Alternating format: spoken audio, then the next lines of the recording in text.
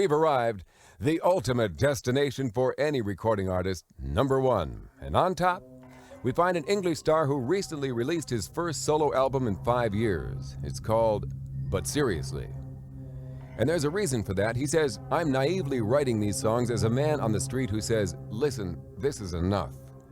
It wasn't a conscious decision. It all just came out when I sat down to write the songs. These problems have been here for years, and along I come writing songs about them. It doesn't make them any more important than they already were, but I've got a short fuse nowadays, and maybe I can draw someone's attention to something they might otherwise just pass by. That's Phil Collins talking about his new album of songs, and the first hit among those songs is about being homeless. It now spends its 4th week at #1. The most popular song in the USA once again is Another Day in Paradise by Phil Collins. So we have arrived, my friends, the biggest song on radio across the USA, #1. And it's by the lady who recently became the solo woman with the most total weeks at #1 in chart history. Until a few weeks ago, Whitney Houston was in first place with 26 weeks. But then this lady's hit came along, first tying Whitney with 26, and then last week she pulled ahead with 27, and now this week she makes it a record career total of 28 weeks at #1. For a 6th week, the most popular song in America is Dream Lover by Mariah Carey.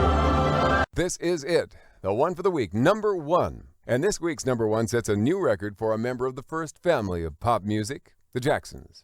This song is now the longest-running #1 song by a member of the Jackson family. The group, the Jacksons, were on top for 5 weeks with I'll Be There. Michael was at #1 for 7 weeks with Billie Jean.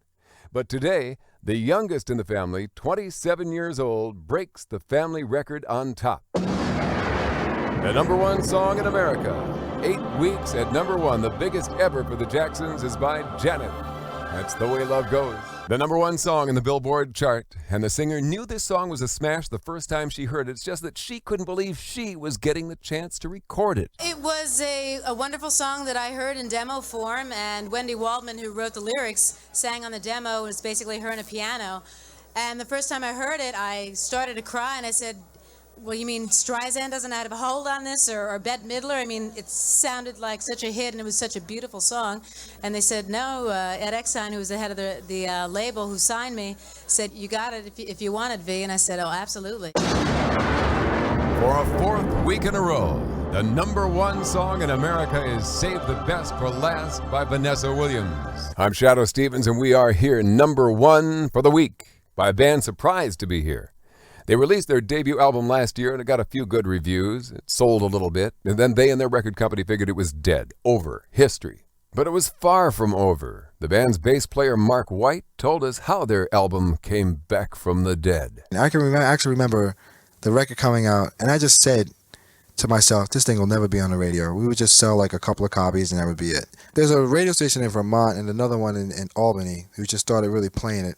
And they started getting requests, and it just snowballed. Because the record was dead. It was 60,000. I was at See You Later. And like in a week's time, it just started like going crazy. The next thing you know, I was at a party for a gold record. See, the best way for something to get over is for people to discover it, you know. And that's exactly what I think happened to Spin Doctors. It was just a slow discovery. It wasn't pushed down your throat. You know, everybody just had to be patient, but it paid off. The new #1 song in America is by Spin Doctors, Two Princes.